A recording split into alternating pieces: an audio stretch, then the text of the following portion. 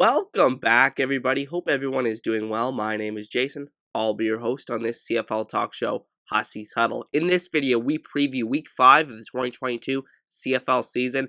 Very much excited for this week. But really quickly, before we get started, if you want to support the channel, the best way to do it, as always, is by hitting the like button and subscribing to the channel. I would really appreciate it, everybody. And with that said, let's get on with today's video. So this week is one of those weeks we only have 3 games on the CFL schedule, and we'll get right into them with the first game of the week, which is the Calgary Stampeders going into Edmonton. Rematch from a couple of weeks ago with the Edmonton Elks. Calgary favored by 3.5 points here. And it should be a very interesting game. Obviously, I think you have a lot of storylines, but the biggest one to me is that Edmonton has yet to win a game, or home game, as the Edmonton Elks. They have not won a home game in the last season and a half, and it should be very interesting to see if they can finally get the monkey off their back in this one. Obviously, Trey Ford making his second consecutive start. What do we see from him? Is there a little bit of progression in terms of how he's executing in the passing game? Does he continue to take advantage of his legs? And how does Calgary defend him? I think that is a big question. I think Calgary's more well-equipped than other teams in the CFL to defend Trey Ford because they have more of a faster, lighter linebacking core with Cameron Judge and Jameer Thurman back there. But it should be interesting to see, nonetheless, how Calgary performs in this game. Also coming off a bye week, which they've been very successful in the John Hufnagel and Dave Dickinson era coming off the bye. So should be a very interesting game in this one, and I think it's going to be very close right down to the wire. Edmonton should have a good chance of winning. They should be feeling pretty good after that win against Hamilton last week. But ultimately, I just can't bet against Calgary going off the bye. I have them winning this game by a score of 23-20 on a Rene Paredes walk-off field goal. And I just trust them so much to be ready from a coaching perspective.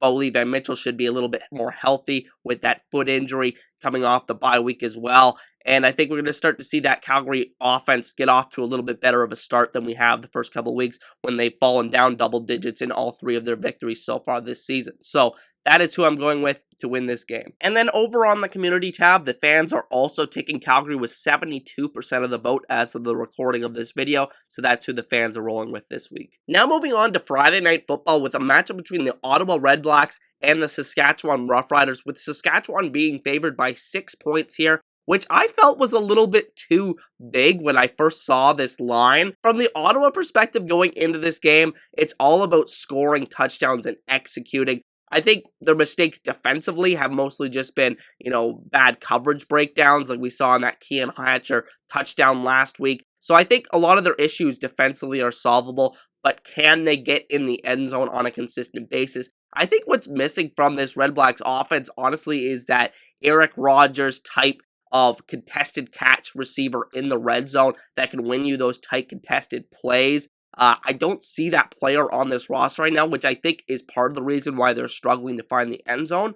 But ultimately, I think Ottawa's issues are correctable, and we'll have to see if they can get that, those things rectified this week against Saskatchewan. And then from Saskatchewan's point of view, Cody Fajardo taking that low hit to the knee last week. We'll have to see if that affects his mobility at all. They like to run a lot of little bootleg actions with him and use his athleticism, and he likes to improvise a lot. So it should be very interesting to see if that restrains their game plan a lot at all. And then another thing game plan-wise for this team is, will they stick with the running game? Because they've been very effective when they've fed Jamal Morrow early on this season. I think Jamal Morrow has actually been arguably the best running back in the CFL so far this season. So I think they need to feed him a little bit more, continue to do what they were doing last week, and I think that they should come out with a victory here. Although I do think it's going to be a very close game, and I was super close to taking Ottawa to win this game.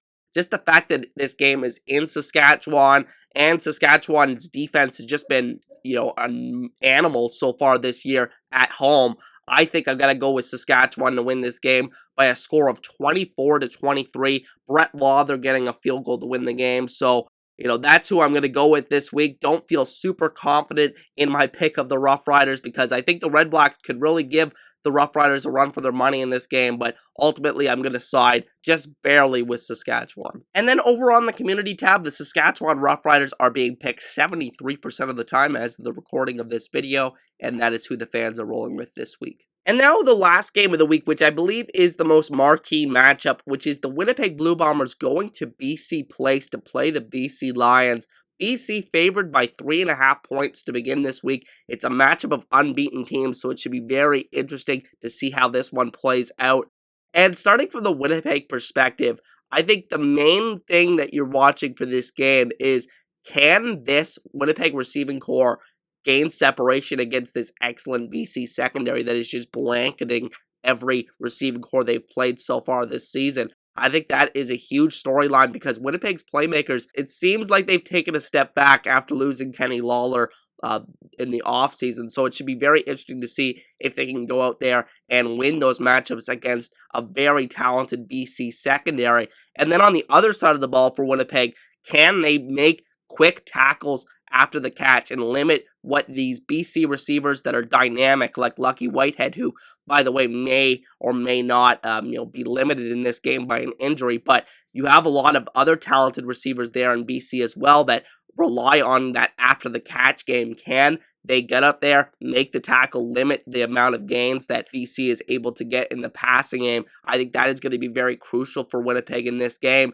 And then on the other side of the ball, BC's key is really shutting down Willie Jefferson and Jackson Jeffcoat on the edge. Those offensive tackles, Kent Perkins and Joel Figueroa, they're going to have to earn their money in this one, because last year when these two teams played, it was basically pretty similar offensive line for BC, and Winnipeg ran roughshod over them. So not saying it's going to happen again, but keep an eye on that, because Winnipeg did dominate this matchup last year, and it should be very interesting to see how those tackles perform against two of the best rush ends in the entire league. Another thing that I think is going to be really important for BC in this game is getting off to a fast start, because as long as Winnipeg could stay within one score, I think they're going to be very confident throughout this game. But if BC can get up on them early, get off to a 2-score lead, and make Winnipeg chase the game, I don't know if Winnipeg's offense is capable of matching this BC offense score for score, and I think that is going to be very crucial for BC in order to come out on top in this game.